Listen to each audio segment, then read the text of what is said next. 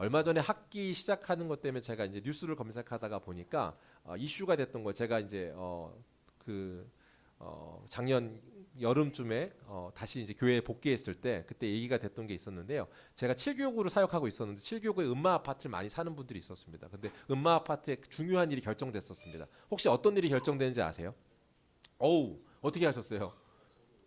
아, 관심 있어서 네. 재건축이 활성됐습니다. 근데 왜 재미있었고 이슈였냐면 재건축을 시도한 게 몇 년이었는지 아세요, 혹시? 아, 예, 대단하시다. 다들 다 아시는구나. 20년 걸렸어요. 20년 만에 재건축이 확정됐다. 뭐 이런 내용으로 해서 이슈가 됐던 내용이었던 것 같더라고요. 재미있었어요. 예. 무슨 말이냐면 엄청 열심히 기다렸는데 그게 20년 만에 이제 재건축이 된다. 20년 동안은 재건축이 안 돼도 되는 뭐 상황이었는지 어떤 건지 자세한 건 모르겠지만 그게 이제 그분들한테 관심이었다. 제가 같이 사는 분들이었으니까 그렇게 이야기를 들었어요. 오늘 나누는 말씀에도요, 이 두 가지를 사실 믹스해서 생각해 보면서 기억하시라고 제가 두 가지를 꺼냈습니다. 하나는 다시 짓는 재건축에 관한 것이고, 하나는 기다림에 관한 것입니다. 20년 기다려 재건축이 시작되는 아파트 이야기를 기억하시라는 게 아니라 오늘 성경에서 말하는 이야기도 이와 같은 이야기들을 어떻게 전달하면 좋을까 생각하다가 오늘 말씀으로 제가 인트로를 갖고 왔는데 한번 생각해 보시죠. 오늘도 두 가지 기억하면 된다고 뭐라고요? 하나는 오래 기다렸던 이야기고 다시 재건축하는 다시 세움에 대한 이야기를 하고 계신 메시지다라는 걸 기억하면서 오늘 말씀을 한번 따라와 보시죠. 자, 오늘 말씀의 이야기를 처음 시작하고 따라가는 내용에 보면 인물이 있습니다. 이 사람은 누구죠? 시므온입니다. 시므온에 관한 말씀을 이미 제가 한 주에 끝내지 않으려고 이전에 두 가지 관점으로 봐야 됩니다라고 해서 제가 설명을 드렸습니다. 그 첫 번째 뭐였냐면 기다림의 유익이었죠. 기다린다는 게 주는 유익이 있는데 그것이 무엇입니다라는 관점이었고 하나는 기다림의 결과라고 했습니다. 다시 말해 기다리는 것 자체의 유익과 기다림 이후에 주어지는 유익이 있다라고 했어요. 그래서 지난번에 설교하고 나눈 것은 앞에 부분을 먼저 하겠습니다 해서 기다리는 것 자체가 주는 유익을 나눴습니다. 그래서 그것을 세 가지 나눴는데 이미 기억을 다 하실 거지만 한 주 또 두 주 지났으니까 기억을 못할 것 같아서 간단하게 얘기를 하면 첫 번째 기다림의 은혜는 기다린다는 것 하나님의 그 진리를 기다리는 것에 대한 것은 흔들리지 않은 안정의 은혜를 허락한다. 다른 것과는 다른 정말 분명한 기다림은요 우리를 흔들 수 없습니다. 다른 이 외적인 요소 어떤 것이 와도. 두 번째요, 분명한 기다림을 붙드는 사람은 통찰력을 갖습니다. 뿐만 아니라 그는 분명한 판단력을 갖는다. 하나님이 인도하시고 하나님의 분별함 가운데 들어갈 것과 나갈 것을 결정하는 모습을 시므온을 통해 지난번에 살펴봤습니다. 그죠? 그리고 세 번째는 기다림을 정확하게 기다린 그에게 주어지는 복이 뭐였어요? 안정된 완성, 아름다운 마무리가 보장되어 있다. 오늘 시므온이 마지막 장면에 그렇게 얘기하잖아요. 이제 하나님께서 나에게 평안을 주시는군요. 이제 내가 메시아가 올 때까지 네가 살아서 그를 볼 것이다 했던 그에게 내가 보았으니까 이제 아름다운 그를 본 것, 그 하나님의 약속이 이루어지는 걸 보고 가는군요 라고 이야기하면서 감격스러워하는 장면이 나오죠. 오늘은 그가 감격스러워하는 장면에서 전달되고 있는 메시지, 그 기다림의 결과에 대한 이야기를 이제 살펴보겠습니다. 기다림 자체가 주는 유익이 있었지만 그 결과로 벌어지는 일들이 있는데요. 그게 뭔가라고 하는 것 한번 구체적으로 볼 텐데 30절입니다. 30절 말씀 31절 32절까지인데 우리 한번 한 목소리를 읽어볼게요. 30절부터 같이 읽습니다. 시작.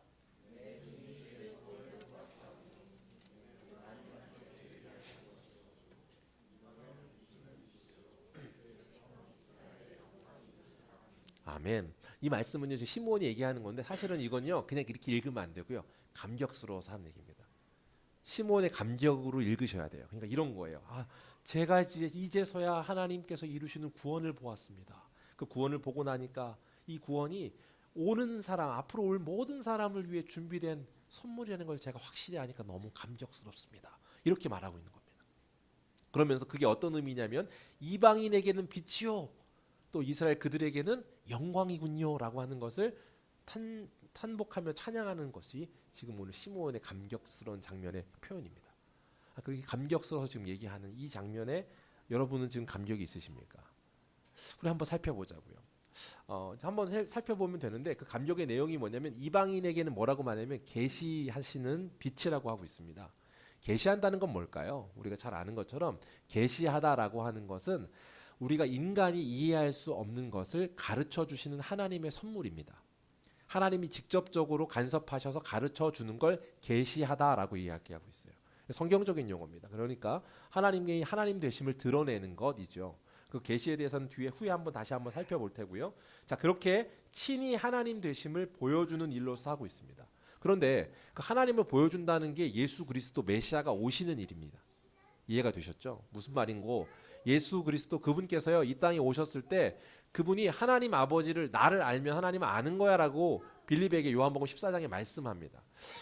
요번에 그 말씀 카드를 작성하신 153 이 로고스 작성하신 분 중에 요한복음 15장을 작성하신 분이 있으시더라고요. 예, 누군지 모르시죠? 예, 모르셔도 되는데 요한복음 15장을 작성하셨는데 작성하신 내용에 보면 그 내용의 뼈대가 뭐예요? 요한복음 15장은 되게 중요한 게 나오는데 포도나무 가지 비유가 나옵니다. 내가 내 안에 내가 네 안에 있다. 그러면 과실을 많이 맺는다라는 이야기를 가르쳐주는 포도나무 비유예요. 거기에 핵심이 네가 내 안에 있고 내가 너 안에 있으면이 그겁니다. 핵심이에요. 붙어 있다라는 개념이죠. 그런데 그 얘기는 사실 15장에 나오지만 15장 전에 14장에서 예수님이 하신 말씀과 맥을 같이 하고 있습니다. 예수님이 14장에서 뭐라고 말하냐면 나는 하나님 안에 있고 하나님은 내 안에 있다라고 하면서 먼저 모델링을 해주세요. 그 이야기를 해주면서 나올 때 그러므로 너는 나를 본 자는 하나님을 본 거야 이렇게 말을 하거든요. 이게 바로 그겁니다. 하나님을 계시하시는 것. 그러니까 무슨 말이냐면 예수님께서 하나님 되심을 드러내 보여주시는 것, 그게 계시입니다. 하나님이라는 존재를 볼 수 없는다. 그래서 이 빌립이 뭐라고 그러냐면 그러면 내가 하나님을 진짜 보여주세요 이렇게 말하거든요. 뭐라고 말하는지 읽어드릴게요. 이거는 뭐 안 써 있어요. 요한복음 14장에 나와 있는 건데 빌립이 이르되 주여 아버지를 우리에게 보여주시옵소서 그리하면 족하겠나이다 이렇게 말했습니다. 그랬더니 예수님께서 이르시되 빌립아 내가 이렇게 오래 너희와 함께 있으되 내가 나를 알지 못하느냐 나를 본 자는 아버지를 보았거늘 어찌하여 아버지를 보이라 하느냐 이렇게 말하고 있습니다. 인간이요 하나님을 알 수도 없고 볼 수도 없지만 보여줬을 때도 그가 하나님인 것을 잘 모르고 있더라라는 것을 가르쳐주고 있는 대목이죠. 근데요 누구는 알았냐면 시므온은 지금 알고 있는 거예요. 그죠? 지금 그가 뭐라고 알고 있어요? 그가 하나님인데 하나님께서 지금 계시하심으로써 이 땅에 빛으로서 그분이 하나님 되심을 보여주고 있는, 얼마나 감격스러운 일이야. 도저히 인간이 하나님께 갈 수 없기 때문에 하나님께서 친히 오신 것, 그것이 기적 중의 기적이라고. 지난번에도 살폈었는데 팀 켈러 목사님이 많은 신학자들이 말하고 있는 그 기독교의 가장 큰 기적 중에 제일 대표되는 기적은 이거라고 생각한다라고 말했다고 했어요. 그게 뭐였죠? 성육신. A+.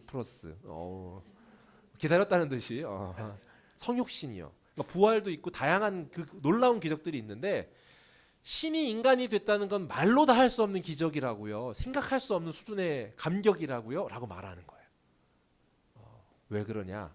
도저히 인간이 하나님을 볼 수도 없고 알 수도 없어서 그냥 오셨습니다. 오실 수밖에 없었습니다. 이게 아니면 해결이 안 되니까. 그래서 지금 감격하면서 그 얘기를 한 거라고요.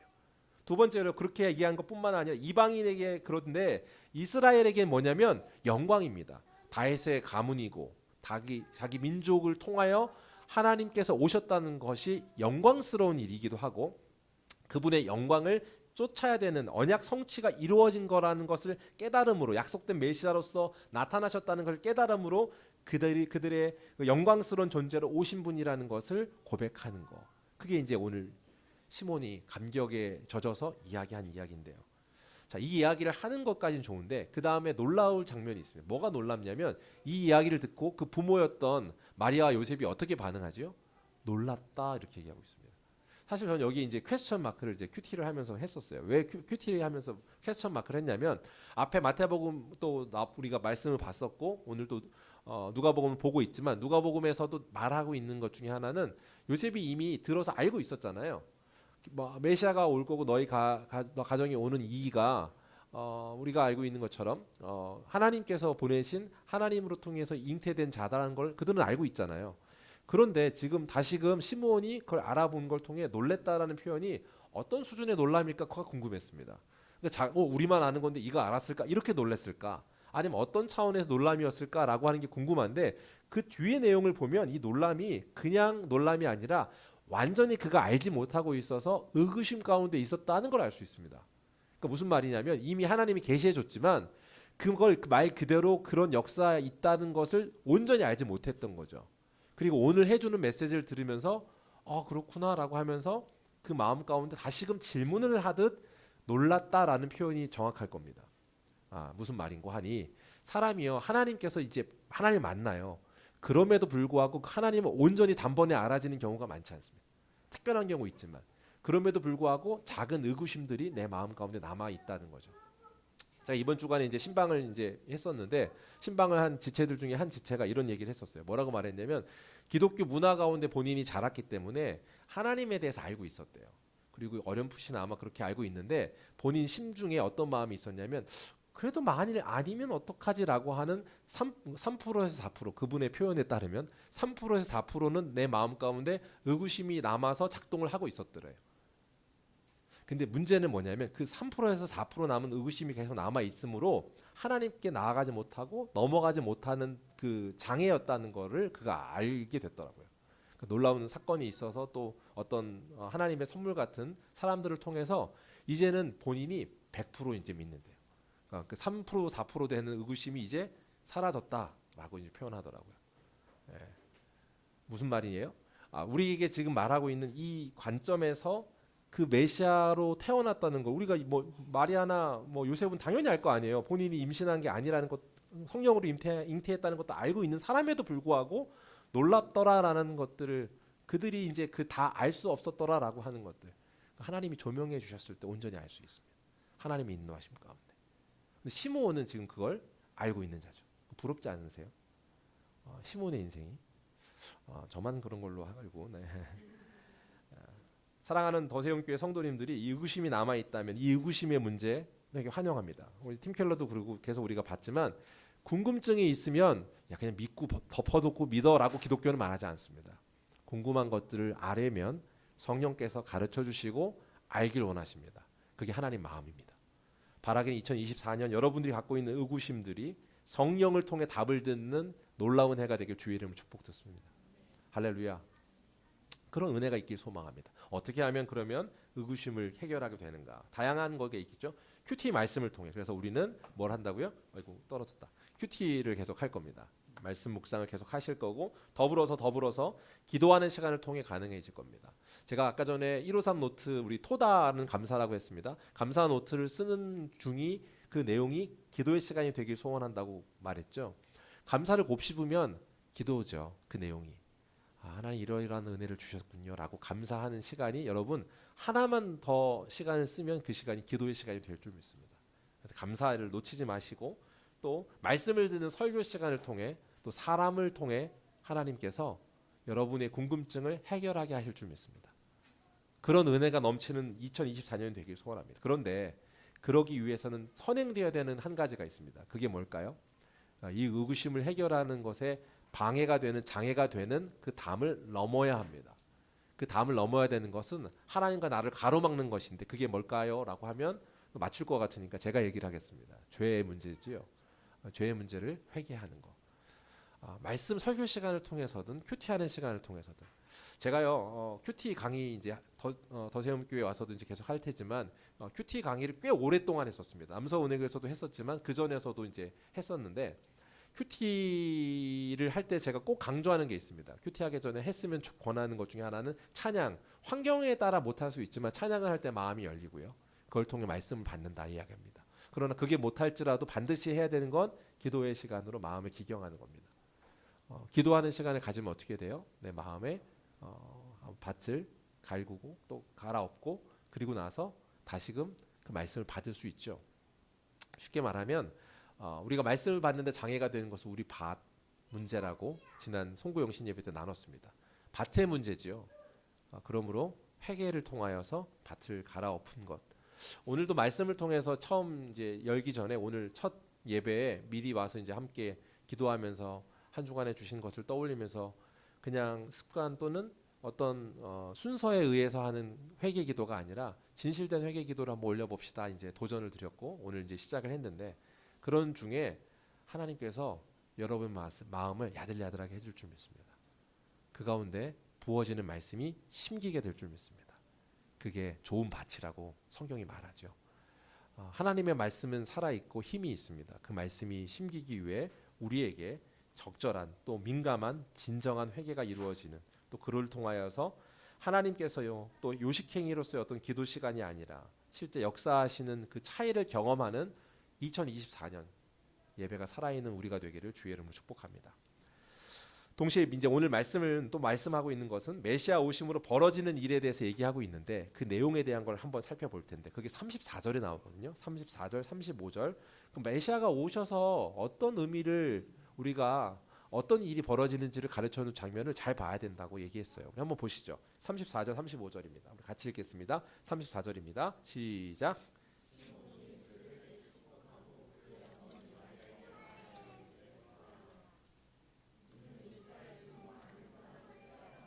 흥하게 하며 비방받는 표적이 되기 위하여 세움을 받았고 또 칼이 내 마음을 찌르듯 하리니 이는 여러 사람의 마음의 생각을 드러내려 함이라 하더라. 아멘. 오늘 말씀에서 봐야 하고 있어요. 이스라엘에게 많은 사람 패하거나 흥하게 하며 비방받는 표적이 되기 위하여 세움을 받았다. 예수님이 오신 이유가 이렇대요. 예수님이 오신 이유가 뭐예요? 그분의 오신 이유 양면성입니다. 오늘 잃어버린 이름 찾기의 이름은 두 가지가 될 텐데, 그분의 이름을 기억하면 좋겠는데 그분은 화평이며 동시에 분쟁이다라고 이해하시고 살펴보면 좋겠어요. 오늘 말씀을 적을 때는 두 가지인데, 화평이며 분쟁이다. 왜 화평이고 분쟁인가? 한번 살펴보시죠. 시몬이여 이 많은 사람들에게 얘기하고 있는 이스라엘의 많은 사람, 넘어지게도 하고 일어서게도 할 것이다. 예수 그리스도 그분이요 많은 사람의 비난을 받고 표적이 되고 또 세움받는 사람이라고 말하고 있습니다. 그게 지금 예수님이셔요. 예수님이 그렇게 오셨습니다. 예수 앞에 많은 사람들이 마음에서 생각이 드러나게 될 것입니다. 그리고 그 마음의 생각을 드러난 것 때문에 그 일로 인해서 이 아이, 그 예수 그리스도를 인해서 어머니로서 당신은 이제 어떤 일이 일어나요? 칼로 쪼개는 것처럼 아픔을 느낄 것이다. 실제로 그렇죠. 예수님께서 그 아들됨이 죽어가는 것을, 십자가에 달려가는 것을 보며 가슴이 쪼개지는 일, 그리고 비방과 폭로, 또 여러 가지 순환과 죽임, 배척, 그 모든 것들이 당하는 일들로 인해서 그 마음을 보게 됩니다. 예수 그리스도의 생애가 그렇죠. 예수 그리스도의 생애 자체가 우리를 그렇게 갈아엎게 되는 일도 한다고 말하고 있어요. 마음의 속마음을 드러낸다고요. 사랑하는 성도 여러분, 우리 사랑하는 마음 가운데 한번 여러분 스스로 한번 자문해 보시죠. 여러분의 마음의 생애, 예수님 때문에 어떤 마음을 갖고 예수를 믿기 시작했는가? 예수님 생애는요, 그분이 오심은요, 스스로 선하다고 하는 사람들을 꽤 없습니다. 잘 알고 있는 것처럼 우리 서기관, 바리새인 이런 자들이 선하다고 느끼고 있는 사람들인데, 그들이 갖고 있는 선하다고 자부하는 교만을 어떻게 해요? 깨 부숩니다. 그런 자들이 마음의 생각까지도 다 도려내듯 드러내십니다. 그런 마음들이 왜 도려내줘야 되는가? 지금을 사는 우리에게도 사실 그런 마음이 있거든요. 여러분이 내가 너무 착하고 선하고 바르다라고 믿는 마음 가운데, 그런 마음 가운데 여러분 마음에 그런 여러분의 스스로의 자부심이 있거나 또는 나는 옳지라고 하는 생각이 있었던 적은 없으신가요? 이것이요, 성경이 말하고 있는 하나님이 오심으로써 깨부수는 다시 시작하는 일의 첫 번째인 거예요. 더불어서요, 반대로 하나님의 뜻을 알지 못하는 사람의 배척과 순한 죽임 당하는 일을 당하시죠. 그리고 그 모든 것을 보는 어미가 마음이 쪼개지는 일을 경험하고 있다라고 말합니다. 이게 양면성입니다. 양면성의 결과 뭡니까? 기쁨, 그분이 오시면 기쁨이고 영광입니다. 그러나 동시에 고통과 순환, 그것을 수반하는 사건이라고요. 메시아 도래의 사건을 통해 두 가지 측면을 발발하고 있는데, 그 측면을 이제 알려드리겠습니다. 이제는 적으시면 됩니다. 이제 두 개 이제 알려드릴 거예요. 이제 포인트를 알려드리면 적을 수 있죠. 첫 번째는요, 메시아 그분이 오심으로써의 측면, 첫 번째 외적인 관계적 측면이 있습니다. 두 가지를 할 건데요. 외적인 측면은 관계적 측면이고요. 내적인 측면을 또 다룰 겁니다. 외적인 측면과 내적인 측면으로 나눠서 생각할 건데, 외적인 것은 관계적 측면이고요. 내적인 것은 개인적 측면의 그런 결과를 보여드릴 겁니다. 한번 보시죠. 외적인 것부터 먼저 한번 해볼게요. 외적인 관계적 측면에서요, 예수님이 오신 것을 통해 분쟁이 일어납니다. 그 분쟁이 일어나는 것의 내용은 무엇입니까? 예수님이 이제 오시니까 그분이 오셨다는 사건, 그분이 오신 일로 인해서 절대적 권위를 갖고 있는 사람들이 마음 가운데 불안한 마음이 들고요. 그분이 오신 것 때문에 배척하고자 하는 마음이 있습니다. 뭐 때문에 그러냐면 자기 중심성 때문에 그렇습니다. 내가 갖고 있는 걸 계속 소유하고 싶고 내가 갖고 있는 걸 지키고 싶은 마음 가운데 거부하는 거예요. 절대적 권위에 대한 거부라고 지금 설명했는데 그게 어떤 장면인가 하니 보세요. 요한복음 3장에 나옵니다. 요한복음 3장 19절 20절인 우리 한 목소리 한번 읽어볼까요? 같이 읽겠습니다. 시작.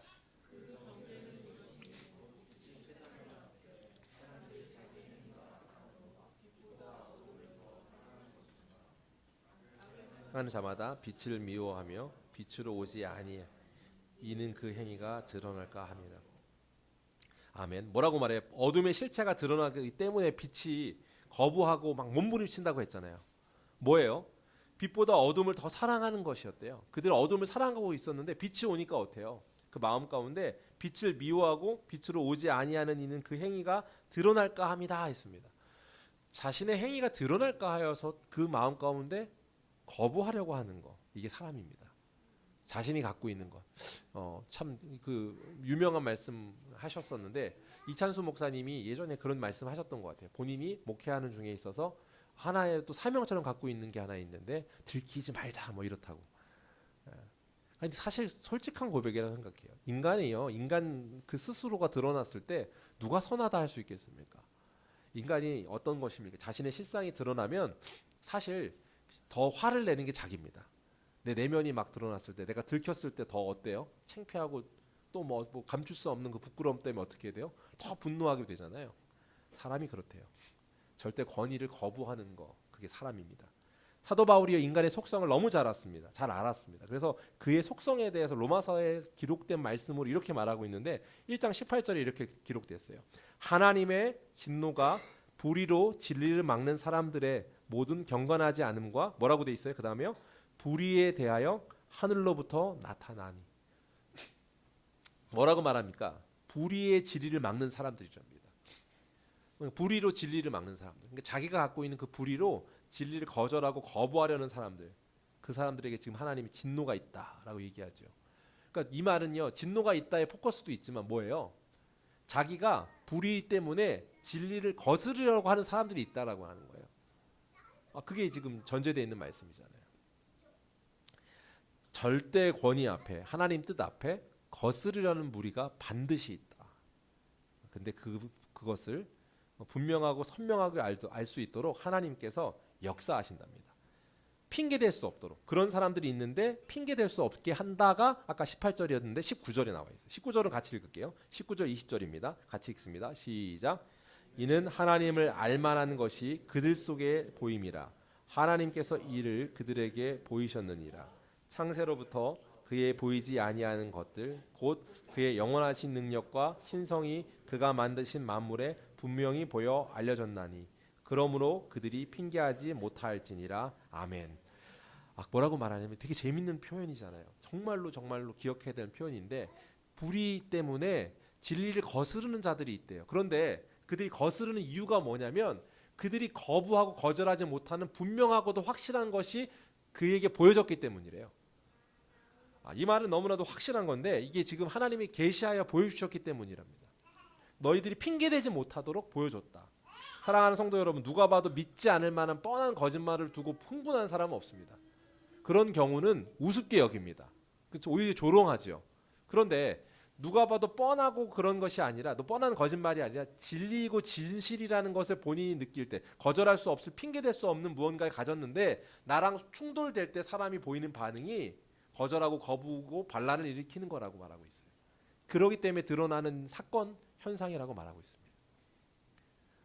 누구도 거부할 수 없을 만큼 선명하게 영원하고 능력이 있는 그분이 만물이 어떤 것인지 그 만드신 그분이 보여 알려졌나니 이렇게 얘기하고 있습니다. 이게 무슨 말이냐면 하나님의 계시입니다. 아까 말한 것처럼 계시가 뭐라고 했습니까? 계시를요 한자로 쓰면요 10개 보일 시자거든요. 하나님이 열어서 보게 하다 이런 거거든요. 그게 무슨 말이냐면 인간이 도저히 볼 수 없는 것이야. 볼 수 없는 수준이에요. 그래서 하나님이 하나님이시라는 것을 직접 눈을 열어 보게 하셨다라는 말입니다.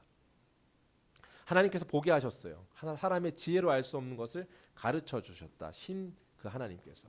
그게 계시인데 계시에는 두 가지가 있거든요. 이건 기억하거나 외울 필요는 없는데 혹시 지난번에 한번 나눴었는데 우리 제자 훈련할 때 사실 배우는데 그럼 웃지 않겠습니다. 시험 드니까. 예? 계시엔 두 종류가 있는데 하나는 일반 계시가 있고 하나는 특별 계시가 있다고 했습니다. 일반 계시와 특별 계시가 있는데 사실 특별 계시가 뭐 예수 그리스도가 오신 자체가 말로 다 할 수 없는 특별 계신 거죠. 근데 일반 계시라고 하면 특별 계시가 성경 같은 게 이제 특별 계시인데 그런 거 말고도 일반 계시라고 하면 이게 이제 질문이 됐었는데 지난주에 이제 금요일 날 우리가 나눔할 때 어떤 이제 형제가 여기 나오지 않는 형제인데 질문이 많아요. 막 계속 질문을 이렇게 한 3-4개를 막 했는데 그 중에 하나가 뭐였냐면 예수님을 모르고 못 들어서 죽게 된 사람은 어떻게 됩니까? 이런 질문이었었어요. 예수님을 못 들어서. 그러니까 그래서 내가 사람들이 많이 질문하는 질문 중에 있는 질문이다라고 하고 제가 풀었던 건데 뭐였냐면 일반적으로 이런 질문을 하는 거예요. 이순신 장군은 예수님에 대해서 한 번도 못 들어봤는데 그분은 예수를 못 들었지만 천국 갔을까요? 라는 질문을 한 겁니다. 여러분 어떻게 하면 이해할 수 있을까요? 뭐 이 얘기는 좀 깊은 얘기니까 또 따로 이야기하면 되겠지만 그 얘기에 대한 답변은 아주 간단한 겁니다. 근데 이제 그 얘기를 넘어서서 이걸 이해하시면 이제 그 부분까지 이제 넘어갈 수 있으니까 일반적인 걸 한번 설명해 볼게요. 뭐냐면 일반 계시를 통해서도 하나님은 하나님 되심을 드러내십니다. 그게 뭐냐? 자연, 우주 만물을 통해서. 역시 이제 질문 안 했지만 이거 알려주시는. 뭐라고요? 자연, 우주 만물을 통해서도 사람이 영적인 민감성 가운데 누군가 존재하는구나라고 하는 걸 찾을 수밖에 없다고요. 그리고 찾고자 하는 마음이 있으면 그 마음을 열어 하나님이 계시하여 주시고 가르쳐 주셨다라고 말하고 있는 겁니다. 저는요 이게 뭔지 잘 감이 안 왔었는데 예전에 제가 20대 후반 30대 초반에 여행을 갔다가 한번 경험한 적이 있습니다. 제주도를 갔었는데 제주도에 보면 여러 가지가 있지만 아주 높은 산은 아니었고 성산 일출봉을 제가 올라갔거든요. 그날 날씨가 너무 좋았거든요. 성산 일출봉을 올라가면서 올라가는 중간중간에 제가 하나 확신이 가졌습니다. 진짜 자연을 보고도 하나님을 알 수 있구나라는 생각이 드는 거예요. 제 마음에 강하게. 이런 자연을 보고 너무 섬세하고 왜냐면 그 이파리 하나 색깔까지도 너무너무 다른 그 자연의 색깔과 색감과 환경 조성되어 있는 모든 자연 만물을 보는데 이걸 어떻게 사람이 생각하고 계획해서 디자인할 수 없는 거라는 확신이 들더라고요. 그리고 제가 이제 알았습니다. 이미 신학을 했던 때였지만 이게 일반 계시구나. 진짜구나. 진짜 내가 느낄 수 있는 거구나라고 제가 체험했던 적이 있습니다. 여러분은 그런 적은 없으십니까? 이걸 보여주고 싶어서 우리가 제주도로 수련회를 가야 되나 이런 생각이 막 제주도로 수련회를 가자 그러면 우리 또 성신 형제가 열심히 가이드할 수 있습니다. 제주도 그래도 1년 반 살았나요? 얼마 살았죠? 2년 살았습니까? 죄송합니다. 좀 깎았네 제가. 2년 살았습니다. 2년 살았죠, 맞아. 복무 기간이 2년 또 추가였으니까 맞네요. 아무튼 저희가 이제 하나님을 알 수 있는 방법에 대한 것들은 뭐라 그래요? 오늘 성경 아까 읽었던 로마서는 뭐라고요? 핑계하지 못할지니라 했습니다. 핑계하지 못한 것들 맞았을 때 사람이 뭐예요? 어떻게 해요? 거절하고 대항합니다. 그것들이 그 증거를 보고 왜요? 합리화시키려고, 정당화시키려고. 그게 뭐냐? 자기 중심성입니다. 자기 중심성으로 자기를 합리화시키고 정당화하려고 하는 거, 그게 분노로 표출되는 거. 그래서 예수님이 오시면 어떤 일이 일어난다고요? 거절할 수 없고 거부할 수 없는 분명한 분이 오셨기 때문에 사람이 반란을 일으키고 분노하고 표출하고 그를 거절하는 것들이 일어날 거다라고 누가 먼저 말했어요? 시몬이 이미 말을 했다고요. 그분이 오시면 그럴 수밖에 없어라고 하는 거예요. 그분이 오심의 이름이 아까 말한 화평이지만 예수 그리스도가 오심을 통해 화평이 이루어집니다. 어떤 화평이 이루어집니까? 첫 번째, 하나님과 우리의 화평입니다. 하나님과 우리가 도저히 화평할 수 없는 사람이었고 존재였는데 그분이 오심을 통해 화평이 이루어집니다. 그리고 우리가 하나님과의 화평이 이루어진 다음에 사람과 사람 사이의 화평이 가능하다고 성경은 말하고 있습니다. 하나님과의 화평을 통하여서 사람과의 화평이 가능하다고. 그게 화평의 하나님이시며 동시에 분쟁의 하나님이라고 하는 이유는 무엇입니까? 그가 거절할 수 없는 분명하고도 선명한 진리. 아까 말한 그 뭐예요? 핑계태 못할지니라라고 하는 그분이 오셨기 때문에 그들은 자기 중심성 그것을 유지하려고 분노를 표출하더라. 기다림의 결과로 나타나는 두 가지 중에 하나, 아까 말한 외적인 상황들입니다. 외적으로 일어나는 일입니다. 불화가 따라옵니다. 사랑하는 성도 여러분, 저와 여러분이 예수 그리스도를 믿는다고 하면 우리에게도 이 불화가 따라옵니다. 예수 그리스도를 믿는다고 하면 첫 번째 불화 뭐예요? 너만 믿냐? 너만 선하냐라고 하는 손가락질이 있을 수 있습니다. 또 두 번째, 너는 그걸 고지식한 거야. 그걸 붙들고 살아야 돼. 그렇게 사는 게 아니라 진짜 성공하는 건 이런 거야 라고 하는 세상의 가치로 들이대는 소리들을 계속해서 듣게 될 겁니다. 그러면서 혼란이 오죠. 혼란이 오는 것들, 그 혼란이 오는 것들을 질문하십시오. 질문을 통해 그 3% 4%의 남아있는 작은 궁금증들마저 해결하게 하시는 분이 하나님이십니다. 제가 기회가 되면 나중에 이제 간증으로 한번 나눴으면 좋겠는데, 사실은 이제 말을 해도 되는지 모르겠는데, 사실 이제 아까 그 3, 4% 얘기한 거는 규현이가 얘기한 거거든요. 얘기해도 되니? 그러네? 미안해요. 아무튼 규현이가 이제 했는데 간증거리가 있어요. 제가 이제 뭐 듣는데 너무 가슴이 뜨거워지고 감사했어요. 그리고 저녁에도 나눔을 했고 감사하다고 간증을 했고, 그 승주를 같이 봤었는데 승주도 규현 오빠에 대해서 몰랐던 내용들을 알게 돼서 감사하다고 그렇게 이제 저녁에 밤에 이제 메시지가 왔더라고. 그죠? 아이고. 아무튼 무슨 말이냐면, 살아계신 하나님이 역사하신 이야기를 들을 때 기쁘고 설레고 막 가슴 뛰죠. 사실 사라랑 이제 이번 주에 사라랑도 신방을 했었는데, 사라 이야기를 듣는데도 제가 참 가슴이 따뜻했습니다. 이제 사라 얘기는 하진 않겠습니다. 엄마가 있으니까. 아무튼 여기도 아빠가 있었네. 미안해. 무슨 말이냐면, 이 역사와 이 간증거리들이, 이 우리를 붙드시는 하나님의 그 일들이 벌어질 겁니다. 그때 질문하는 걸 주저하지 않으시면 3, 4%의 문제도 넘어서게 하실 겁니다. 하나님이 그 일을 충분히 하시고 그걸 기뻐하시니까요. 그런 시간이 되는 저와 여러분들에게 주의 이름 축복합니다. 두 번째, 외적인 측면뿐만 아니라 내적인 일이 일어나는데, 내적에도 문제가 생깁니다. 뭐예요? 개인적 측면에서 일들이 일어나는데, 그리스도의 오심을 통해 화평이 있어서 막힌 담을 헐었습니다. 그러나 그 화평을 얻기 위해서는 한 가지 일이 필요해요. 하나님과 우리와의 화평이 있기 위해서도 필요한 일이 있다는 건데, 그게 뭐냐면 칼이 필요하대요. 무슨 말입니까? 화평을 얻기 위해 먼저 칼로 쪼개는 일이 필요하다고. 예수 그리스도 그분이 오신 일이 그거라고 그분이 와서 증언해 주셨습니다.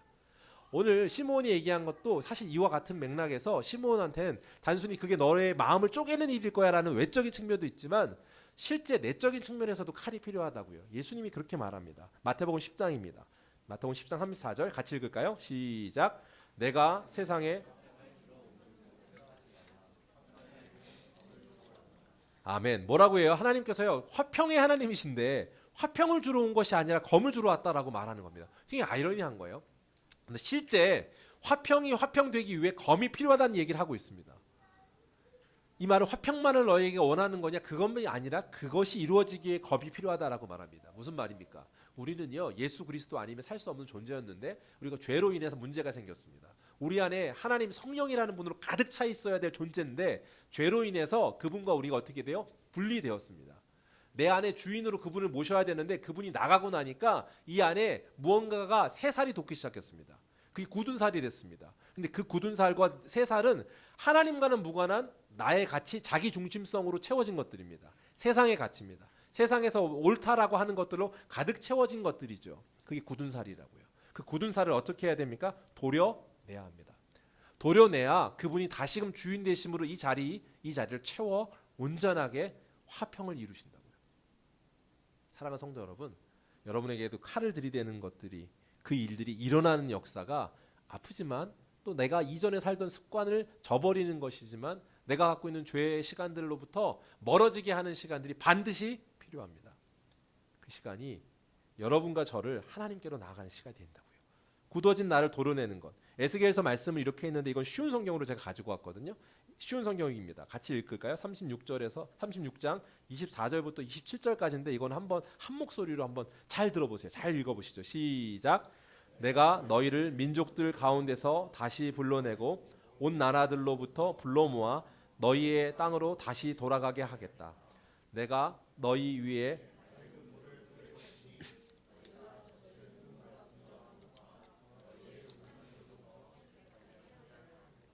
내가 또 너희에게 나를 온전히 섬기는 법을 가르치겠다.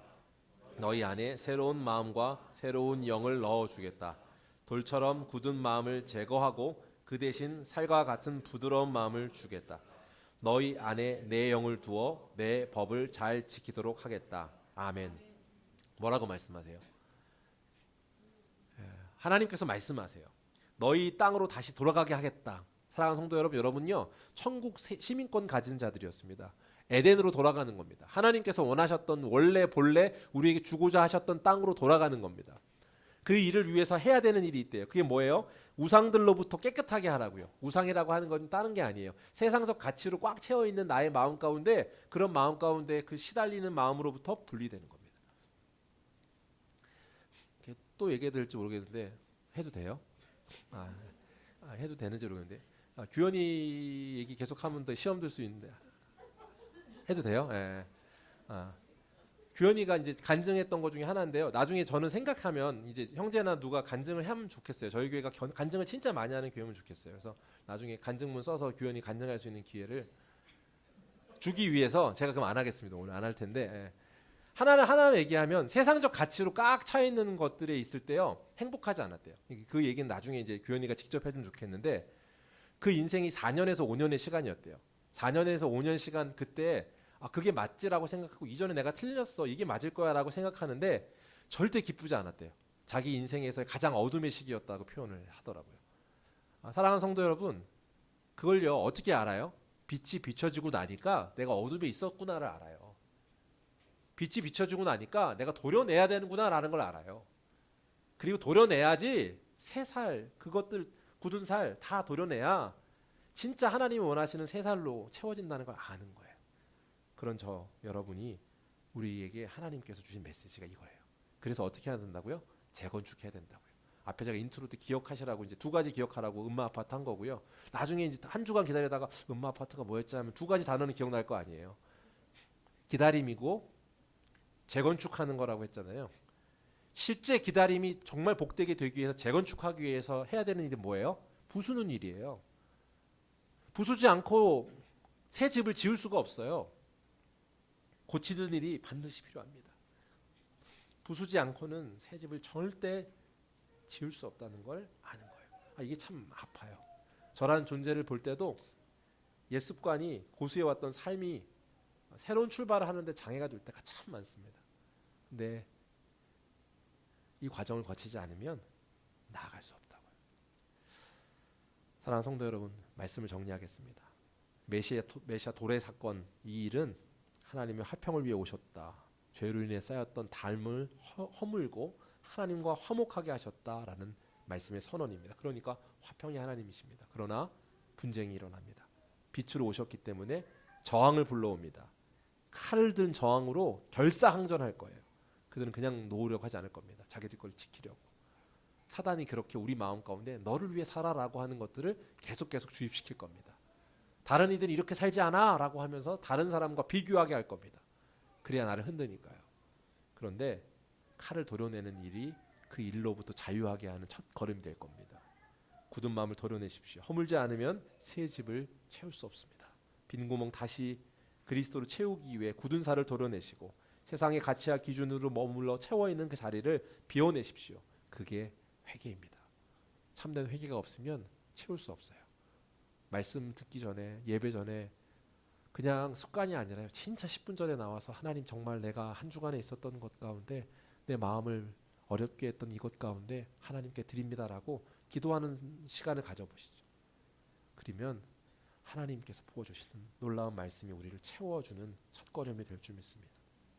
하나님의 은혜로 채우는 내 욕심과 나의 원함으로 예수를 도구 삼아서 내가 원하는 걸 얻기 위하여 징검다리로서가 아니라 하나님 주님이 옳습니다라고 하는 것을 내 마음에 감춰져 있는 그 어두움을 드러내므로 빛으로 그분의 은혜로 채우는 은혜 가득한 2024년의 더세움교회 성도님 되기를 주의 이름으로 축복합니다.